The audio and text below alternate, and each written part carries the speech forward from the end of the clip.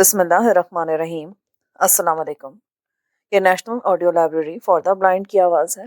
آج ہم آپ کے لیے ریکارڈ کر رہے ہیں کتاب خون اور آنسوؤں کا دریا۔ اس کتاب کے مصنف ہیں قطب الدین عزیز اور اس کا ترجمہ کیا ہے سلیم منصور خالد اور ظہور احمد قریشی نے۔ اس کتاب کے لیے ہم سے تعاون کیا ہے محمد بلال نے۔ آواز لبابہ حیدر کی ہے۔ چیپٹر 33 سنتھار میں دہشت گردوں کی حکمرانی۔ شہر سنتھار ضلع بوگرا میں ریلوے جنکشن ہے۔ ڈھاکہ میں عوامی لیگ کی بغاوت کے اثرات یہاں مارچ 71 کے اوائل ہی میں پہنچ گئے تھے۔ عوامی لیگ کے دہشت گردوں نے فرضی کہانیاں گھڑی اور یہ افواہیں پھیلائیں کہ پاکستان فوج کے دستوں اور مغربی پاکستانیوں نے ڈھاکہ اور دوسرے شہروں میں بنگالیوں کو قتل کیا ہے۔ تناؤ کا آتش فشاں 25 مارچ کو اس وقت پھٹا جب عوامی لیگ والوں نے اور ایسٹ پاکستان رائفلز اور ایسٹ بنگال ریجمنٹ کے باغیوں نے غیر بنگالیوں کے لیے خوف و دہشت کا راج مسلط کر دیا۔ اندازہ لگایا جاتا ہے کہ سنتھار میں بسنے والے تقریباً 22,000 غیر بنگالیوں میں سے 15,000 سے زائد غیر بنگالیوں کو باغیوں نے موت کے گھاٹ اتار دیا۔ تان کے 27 اپریل 71 کو پاکستانی فوج کے دستے یہاں پہنچے اور انہوں نے شہر کا انتظام دوبارہ سنبھالا۔ ریلوے اسٹیشن سنتھار پر سینکڑوں غیر بنگالی ریلوے ملازمین اور ان کے خاندانوں کو باغیوں نے قتل کر دیا۔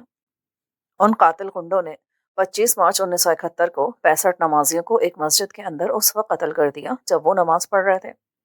ایک اور مسجد میں 70 سے زائد ان غیر بنگالی عورتوں کی آبرو ریزی کی گئی جن کے باپوں یا خاوندوں کو قتل کر دیا گیا تھا۔ ان زانی درندوں کے بارے میں کہا جاتا ہے کہ یہ بنگالی ہندو تھے جو بھارت سے گھس آئے تھے اور عوامی لیگ کے شانہ بشانہ تھے۔ اپریل 71 کے دوسرے ہفتے میں 60 غیر بنگالی لڑکیوں کو باغیوں نے شہر میں گھمایا جو تقریباً بے لباس کر دی گئی تھیں۔ ان میں سے کچھ بدقسمت لڑکیوں کو یہ درندے پسپا ہوتے ہوئے جبری طور پر اپنے ساتھ بھارت لے گئے۔ جو غیر بنگالی مارچ اپریل 71 کے قتل عام میں زندہ بچ گئے تھے ان کو مکتی باہنی والوں نے 17 دسمبر 1971 کے بعد قتل کر دیا۔ 30 سالہ نفیسہ خاتون کے خاوند محمد ظہیر الدین کے سنتھار میں کپڑے کی دکان تھی جنہیں باغیوں نے قتل کر دیا تھا۔ نفیسہ نے اپنی آپ بیتی ان الفاظ میں بیان کی۔ یہ 25 مارچ کو دوپہر سے پہلے کا وقت تھا۔ شہر میں موجود تناؤ سے ڈرتے ہوئے میرے خاوند اس دکان پر نہیں گئے جو شہر کے عین قلب کے تجارتی مرکز میں تھی۔ ہمیں خبر ملی کہ فسادیوں نے ہماری دکان لوٹ لی ہے۔ اچانک 1 درجن کے قریب مسلح بنگالی دروازہ توڑتے ہوئے ہمارے گھر کے اندر آن گھسے۔ میرے خاوند نے ان سے درخواست کی کہ وہ گھر میں موجود روپیہ پیسہ اور زیورات لے لیں۔ میں نے اونچی آواز میں چیخ چیخ کر رحم کی بھیک مانگی۔ میرے 2 چھوٹے بیٹوں کے چہرے خوف سے فق ہو گئے۔ وہ میز کے نیچے جا چھپے۔ قاتل میرے شوہر کو گھسیٹ کر صحن میں لے گئے اور ان کو گولی مار کر ہلاک کر دیا۔ میں نے اپنے شوہر کو زمین پر گرتے دیکھا۔ ان کے سر اور چھاتی سے خون کے فوارے پھوٹ پڑے تو میرے لیے میری دنیا ہی اجڑ گئی تھی۔ میں یہ دیکھ کر بے ہوش ہو گئی تھی۔ جب مجھے ہوش آیا تو میں نے اپنے معصوم بچوں کو دیکھا جو بے رحمی سے قتل کیے گئے اپنے باپ کی لاش پر نوحہ کرا تھے۔ قاتلوں نے میرے گھر کو تہس نہس کر دیا تھا۔ گھر میں موجود تمام نقدی اور قیمتی چیزیں لوٹی جا چکی تھیں۔ انہوں نے میری شادی کی انگوٹھی بھی چرا لی تھی۔ رات گئے میں نے اپنے خاوند کی لاش کو بستر کی چادر میں لپیٹا۔ میری التجا پر بنگالی ہمسایہ انہیں دفنانے کے لیے قبرستان لے گیا۔ میں نے ایک دیہاتی بنگالی عورت کی طرح لباس پہنا اور اگلے روز اپنے دونوں بچوں کو ساتھ لے کر چپکے سے گھر سے نکل پڑی۔ میں پاروتی پور کی طرف روانہ ہوئی جہاں میرے کچھ سسرالی عزیز رہتے تھے۔ راستہ بڑا کٹھن تھا۔ ہمارے پاؤں میں چھالے پڑ گئے تھے۔ بچے بھوکے تھے۔ ہم نے راستوں پر اور ندی نالوں میں لاشیں بکھری دیکھی۔ عوامی لیگ کے قاتل کھلے عام گھومتے پھرتے تھے۔ وہ غیر بنگالیوں کے خون کے پیاسے تھے۔ جب ہم پاروتی پور پہنچے تو بھوک اور تھکاوٹ کی وجہ سے قریب المرگ تھے۔ میں اپنے رشتہ داروں کے گھر نہ ڈھونڈ سکی۔ غیر بنگالیوں کا قتل عام پاروتی پور میں بھی ہوا تھا لیکن ہماری زندگی بچانے والی وہ خبر تھی کہ پاکستانی فوج شہر کے نواح میں داخل ہو چکی ہے۔ عوامی لیگ کے باغی فرار ہو گئے۔ ہمارے فوجیوں نے 2 دن تک ہماری دیکھ بھال کی اور پھر ہمیں ڈھاکہ بھجوا دیا جہاں محمد پور کے علاقے میں ہم ایک ریلیف کیمپ میں رہے۔ 16 دسمبر 1971 کے بعد جب بھارتی فوج اور مکتی باہنی والے ڈھاکہ میں داخل ہوئے تو ہمارے لیے زندگی ایک دفعہ پھر ڈراؤنا خواب بن گئی۔ محمد پور ڈھاکہ کے ریلیف کیمپ میں صورتحال بہت ہی خراب تھی۔ مجھے اور بچوں کو جو کھانا ملتا تھا وہ بہت تھوڑا ہوتا تھا۔ 2 فروری 1974 کو اقوام متحدہ کے طیارے میں ہم کو کراچی منتقل کیا گیا۔ اللہ تعالیٰ نے ہماری دعائیں سن لی۔ ہم پاکستان میں محفوظ ہیں۔ 15 سالہ محمد شکور کے والد محمد شفیق 25 مارچ 1971 کو عوامی لیگ کے دہشت گردوں کے ہاتھوں بے دردی سے مارے گئے تھے۔ ان کی یادیں اس طرح تھیں۔ میرے ابا سنتھار میں ایک ٹرک ڈرائیور تھے۔ وہ بڑی اچھی بنگلہ بولتے تھے۔ انہوں نے مجھے ایسے اسکول میں داخل کرایا جس کا ذریعہ تعلیم بنگالی تھا۔ ہمارا اپنے بنگالی ہمسایوں کے ساتھ کوئی جھگڑا نہیں تھا اور گھر شہر سے باہر ایک قبرستان کے قریب تھا۔ میرے کچھ بنگالی ہم جماعت مجھے بہاری کہہ کر پکارا کرتے تھے، حالانکہ میں بنگلہ اسی طرح بولتا تھا جس طرح وہ بولتے تھے۔ 25 مارچ کو میں اسکول گیا۔ 2 بجے کے قریب میں اسکول سے نکلا اور اپنے گھر کی طرف چل پڑا۔ جب میں قبرستان کے قریب پہنچا تو میں نے دیکھا کہ کچھ فسادی بنگالی بندوقوں اور چاقوں سے لیس ہمارے کچے گھر پر حملہ آور ہیں۔ میں ڈر گیا اور اپنے آپ کو قبرستان کی دیوار کے پیچھے چھپا لیا۔ کچھ منٹوں کے بعد میں نے اپنے ابا کی چیخوں کی آوازیں سنی۔ دیوار کے سوراخ میں سے جھانک کر دیکھا کہ قاتل میرے زخمی ابا کو گھر سے باہر گھسیٹ رہے تھے اور ان کا خون بری طرح بہہ رہا تھا۔ انہوں نے میرے ابا کو اسی حالت میں رسیوں سے ایک درخت کے ساتھ باندھا اور ان کی چھاتی اور پیٹ میں چاقو مارے۔ وہ وہیں پر فوت ہو گئے۔ پھر ان لانتی لوگوں نے ہمارے گھر کو لوٹا۔ بندوق کی نوک پر ہانکتے ہوئے انہوں نے میری ماں اور چھوٹی بہن کو نزدیکی گاؤں میں جانے کے لیے اپنے پیچھے آنے پر مجبور کیا۔ یہ تھا وہ وقت جب میں نے انہیں آخری مرتبہ دیکھا۔ 1 مہینے تک خوف و دہشت میں مبتلا میں اس قبرستان میں رہا۔ میں جنگلی پھل کھاتا رہا اور رات کے وقت نزدیکی جوہڑ کے گدلے پانی سے اپنی پیاس بجھاتا رہا، جس سے میں بیمار پڑ گیا۔ میں اکثر بندوقوں کے چلنے کی آوازیں اور گولیوں کی سنسناہٹ سنا کرتا تھا۔ اپریل کے آخر میں پاکستانی فوج کے سپاہی سنتھار میں داخل ہوئے۔ انہوں نے مجھے ڈھاکہ بھجوا دیا، جہاں میں محمد پور کے ریلیف کیمپ میں رہا۔ 16 دسمبر 1971 بھارتی فوج اور مکتی باہنی کے ڈھاکہ پر قبضے کے بعد زندگی میرے لیے پھر عذاب بن گئی۔ میں بالکل خلاش تھا۔ میرا کوئی رشتہ دار یا دوست نہیں تھا۔ میری امیدوں کا سہارا صرف اللہ کی ذات تھی۔ میں ہر رات دعائیں مانگا کرتا۔ 29 جنوری 1974 کو اقوام متحدہ نے مجھے بذریعہ ہوائی جہاز پاکستان تحفظ اور آزادی کی طرف منتقل کیا۔ پچھلے 3 برسوں کی تکالیف اور مصیبتیں محمد شکور کے چہرے پر نقش تھیں، جب وہ قاتلوں کے ہاتھوں اپنے والد کی دردناک ہلاکت کا تذکرہ کرتا اور جب وہ پاکستانی فوج کے بچائے جانے سے پہلے قبرستان میں گزرے ہوئے تکلیف دہ شب و روز کے بارے میں بات کرتا تو اس کی ٹانگیں کام جاتی تھیں۔ 27 سالہ قمرالنساء کے خاوند عبدالحمید کو بنگالی باغیوں نے مارچ 71 کے آخری ہفتے سنتھار میں قتل کر دیا تھا۔ قمرالنساء نے اپنی تکلیفوں اور مصیبتوں کی روداد یوں بیان کی: مارچ کے تیسرے ہفتے میں عوامی لیگ اور ان کے اتحادیوں نے ایک نام نہاد امن کمیٹی سنتھار میں قائم کی تھی، جس کے نام پر انہوں نے غیر بنگالیوں کو بلایا اور انہیں اپنے پاس موجود آتشی اسلحہ اور ہتھیار حوالے کرنے کے لیے کہا۔ عوامی لیگ کی طرف سے تحفظ فراہم کرنے کے وعدے پر اعتبار کرتے ہوئے غیر بنگالیوں نے اپنے اکا دکا ہتھیار ان کے حوالے کر دیے۔ 25 مارچ کو مسلح باغیوں نے بلا اشتعال ہمارے علاقے پر حملہ کر دیا۔ انہوں نے کچھ گھروں کو آگ لگائی اور ہمیں خوفزدہ کرنے کے لیے بلا امتیاز فائرنگ شروع کر دی۔ 50 کے قریب قاتل بندوقوں، بھالوں اور ڈنڈوں سے مسلح ہمارے گھر میں گھس آئے۔ انہوں نے بڑی بے رحمی سے میرے خاوند، 3 دیوروں، سسر اور میرے 9 بالغ بھتیجے کو چند ہی منٹوں میں قتل کر دیا۔ ہم نے قاتلوں سے اپنے پیاروں کی زندگیوں کی بھیک مانگی۔ میں اپنے خاوند کی لاش کو دیکھ کر گریہ زاری کر رہی تھی کہ ظالموں نے مجھے بندوق کے دستے سے مارا اور میرا بازو تقریباً توڑ دیا۔ انہوں نے مجھے بالوں سے پکڑا اور گھسیٹتے ہوئے گھر سے باہر لے گئے۔ میری ٹانگیں جواب دے چکی تھی اور میں بمشکل چل سکتی تھی۔ وہ لوگ آگ اگلتی بندوق کی نوک پر مجھے اور بہت سی دوسری روتی پیٹتی بہاری اور پنجابی عورتوں کو ریلوے اسٹیشن کی طرف ہانک کر لے گئے۔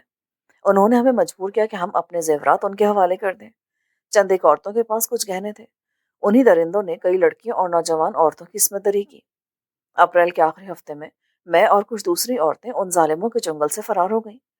میرے پیروں میں چھالے پڑے ہوئے تھے، لیکن ہم دریا کے کنارے گھنے درختوں کے ایک جھنڈ میں چھپنے میں کامیاب ہو گئے۔ ان لوگوں نے ہماری تلاش شروع کر دی، لیکن اس علاقے میں طوفانی ہوا چلنے لگی اور اس طرح کے انسانی شکاری کتے ہمیں نہ ڈھونڈ سکے۔ دوسرے دن ہماری دعائیں اللہ تعالیٰ نے سن لی اور پاکستانی فوج سنتھار میں داخل ہو گئی۔ وفاقی سپاہیوں نے ہمیں پناہ دی۔ وہ ہمیں نوگاؤں لے گئے، جہاں ہمارے زخموں کا علاج ہوا اور اس کے بعد مجھے ڈھاکہ کے ایک ریلیف کیمپ میں رکھا گیا۔ وسط 71 میں قمرالنساء کو چٹاگانگ منتقل کیا گیا اور وہ اپنے والدین کے ساتھ رہنے لگی۔ فروری 74 میں انہیں کراچی منتقل کیا گیا۔ میں اب بھی خوفناک خواب دیکھ کر ہڑبڑا اٹھتی ہوں، جن میں ان گنڈوں کو اپنے خاوند کو ہلاک کرتے دیکھتی ہوں۔ انہیں آگ اگلتی بندوقوں کے ساتھ اپنا پیچھا کرتے پاتی ہوں۔ اس مظلوم عورت نے کرب سے کراہتے ہوئے بتایا تھا۔ 26 سالہ Amanullah Khan railway colony سنتھار کوارٹر نمبر 195 میں رہتے تھے۔ انہوں نے مارچ 71 میں غیر بنگالیوں کے قتل عام کے بارے میں اپنی یادوں کو یوں بیان کیا: 26 مارچ کی شام مسلح عوامی لیگ کے گنڈوں کے ایک بڑے گروہ نے ہماری رہائشی کالونی پر حملہ کر دیا۔ اس کالونی میں غیر بنگالی اکثریت میں تھے۔ کچھ غیر بنگالیوں کے پاس ہتھیار تھے۔ ہم نے حملہ وروں کے ساتھ تمام رات فائرنگ کا تبادلہ کیا، مگر جلد گولیاں ختم ہو گئیں۔ دوسرے دن صبح کے وقت غیر بنگالی ریلوے اسٹیشن چلے گئے اور کچھ بوڑھے، عورتیں اور بچے پناہ کے لیے مسجد میں چلے گئے، جو 200 میٹر کے فاصلے پر تھی۔ ہم میں سے چند افراد کے پاس بندوقیں تھیں، مگر گولیاں نہیں تھیں، لہٰذا ہم دفاع سے محروم ہو گئے۔ دوپہر سے پہلے ایسٹ پاکستان رائفلز کے بنگالی باغی ایک بڑی تعداد میں ریلوے اسٹیشن آن دھمکے اور انہوں نے زبردستی وہ اسلحہ بھی ہم سے چھین لیا جو اس وقت حفاظتی ضرورت کے لیے اسٹیشن پر تھا۔ دوپہر کے وقت ہمیں پتہ چلا کہ باغیوں نے رانی پور پولیس اسٹیشن کو لوٹا ہے اور وہاں موجود تمام غیر بنگالیوں کو ہلاک کر دیا ہے۔ یہ منحوس اطلاع سن کر ہم گھبرا گئے۔ 27 مارچ کی سپہر تقریباً 700 عوامی لیگ کے مسلح لوگوں اور باغی سپاہیوں نے ریلوے اسٹیشن کے قریب مسجد پر حملہ کر دیا اور اس مسجد میں پناہ لینے والے تمام غیر بنگالیوں کو ہلاک کر دیا۔ جب پاکستانی فوج نے سنتھار کا دوبارہ انتظام سنبھالا تو مسجد میں سے غیر بنگالیوں کی 53 لاشوں کو نکالا گیا۔ یہ لاشیں مسجد میں جگہ جگہ بکھری پڑی تھیں۔ زندہ بچ جانے والے صرف چند ہی تھے۔ میں نے مسجد میں غیر بنگالیوں کا قتل عام ریلوے اسٹیشن کے اسٹور روم کی ایک کھڑکی سے دیکھا تھا۔ غیر بنگالیوں کے گھروں کو لوٹ لیا گیا تھا اور انہیں آگ لگا دی گئی تھی۔ مشرقی پاکستان پر بھارتی فوج کے قبضے کے بعد میں نیپال کی طرف نکل گیا تھا۔ ستمبر 1973 میں کہ میں کراچی آ گیا۔ مجھے یقین ہے کہ جن باغی سپاہیوں نے مسجد میں غیر بنگالیوں کو ہلاک کیا وہ دراصل بھارت کے مسلح اور تربیت یافتہ مداخلت کار تھے۔ 6 بنگالی گنڈے جو اپنے آپ کو مکتی باہنی کے سپاہی کہتے تھے مجھے اس وقت پکڑ کر لے گئے جب میں دسمبر 1971 کے تیسرے ہفتے میں سنتھار میں پھٹے پرانے کپڑے پہنے ہوئے ایک جنگی قیدی کو اونی سویٹر دے رہا تھا۔ یہ بات 55 سالہ غلام رسول نے بتائی جو پاروتی پور میں ریلوے ملازم تھے اور اس دن وہ ڈیوٹی پر سنتھار آیا ہوا تھا۔ پاروتی کے مقام پر مارچ 71 کے غیر بنگالیوں کے قتل عام میں غلام رسول بچ گئے، لیکن دسمبر 71 کے آخر میں مکتی باہنی کے ہاتھوں تکلیفیں ان کا انتظار کر رہی تھیں۔ فروری 1974 میں انہیں ڈھاکہ سے کراچی منتقل کیا گیا۔ غلام رسول نے بتایا 16 دسمبر 1971 کو بھارتی فوجیوں کے ہاتھوں سقوط ڈھاکہ کے بعد مکتی باہنی نے اپنے مسلح آدمیوں کو حکم دے دیا تھا کہ وہ سنتھار میں موجود ہر بالغ غیر بنگالی کو ختم کر دیں۔ تاہم بھارتی فوج سے تعلق رکھنے والے کچھ سکھ فوجیوں نے مکتی باہنی والوں کو ایسے اندھا دھند قتل کرنے سے روکا تھا۔ میں اس وقت سخت پریشان ہوا جب میں نے دیکھا کہ پاکستانی فوج جنہوں نے بھارتی فوج کے سامنے ہتھیار ڈالے تھے وہ بھارت جانے سے پہلے جنگی قیدیوں کے کیمپ میں لے جائے جا رہے ہیں۔ یہ موسم سرما تھا اور پاکستانی فوجیوں کو ننگے پاؤں لے جایا جا رہا تھا۔ ان میں سے کچھ کے پاس گرم کپڑے نہیں تھے۔ معلوم نہیں کس طاقتور جذبے کے تحت ہم کچھ بہاریوں نے تماشائی بنگالیوں کا حصار توڑا اور اپنے سپاہیوں کو سویٹرز دیے۔ اس بات کا احساس کرتے ہوئے کہ کپڑے دینے والوں کی زندگی خطرے میں پڑ سکتی ہے، پاکستانی سپاہیوں نے ہمیں اشارہ کیا کہ آپ ایسا نہ کریں۔ میں نے ابھی ایک سپاہی کو سویٹر دیا ہی تھا کہ اگلے لمحے 6 بنگالی گنڈوں نے مجھے پکڑ لیا اور ایسی غلیظ جگہ پر لے جا کر بند کر دیا جہاں فرش پر ہر جگہ لاشیں، انسانوں کے کٹے ہوئے اعضاء اور گندگی پھیلی ہوئی تھی۔ یہ ایک انسانی قتل گاہ تھی جو مکتی باہنی والے اپنے قابو میں آئے ہوئے لوگوں کو قتل کرنے کے لیے استعمال کرتے تھے۔ میرے علاوہ اور بھی کئی غیر بنگالی اس بدبودار کال کوٹری میں موجود تھے۔ مکتی باہنی کے گنڈوں نے مجھے تھپڑ اور ٹھوکریں ماری اور دھمکی دی کہ مجھے قتل کر دیا جائے گا۔ شام کے وقت بھارتی فوج کے ایک دستے نے اس کال کوٹری کا معائنہ کیا اور وہاں قید غیر بنگالیوں کو چھوڑ دیا۔ چونکہ میرے پاس رہنے کے لیے کوئی جگہ نہیں تھی اس لیے میں نے درخواست کی کہ مجھے رات کے وقت مقامی جیل میں رہنے دیا جائے۔ حالانکہ وہ بہاریوں اور پاکستانیوں کے حامی بنگالیوں سے بھرا ہوا تھا لیکن نسبتاً محفوظ تھا۔ دوسرے دن میں پاروتی پور کی طرف چل پڑا اور بڑے تکلیف دہ اور تھکا دینے والے سفر کے بعد وہاں پہنچ گیا۔ معزز سامعین، جو ریکارڈنگ آپ نے ابھی سماعت فرمائی اسے national audio library for the blind کی جانب سے پیش کیا گیا ہے۔ ہمارے یوٹیوب چینل کو لائک، سبسکرائب اور شیئر ضرور کیجیے۔ اپنی قیمتی تجاویز اور آراء کے اظہار کے لیے ہمارے کمنٹ سیکشن کا استعمال کیجیے۔ اگر آپ بھی رضاکارانہ طور پر ہمارے اس مشن کا حصہ بننا چاہیں تو ڈسکرپشن میں دیے گئے لنک کے ذریعے ہمارے واٹس ایپ گروپ کو جوائن کیجیے۔ شکریہ۔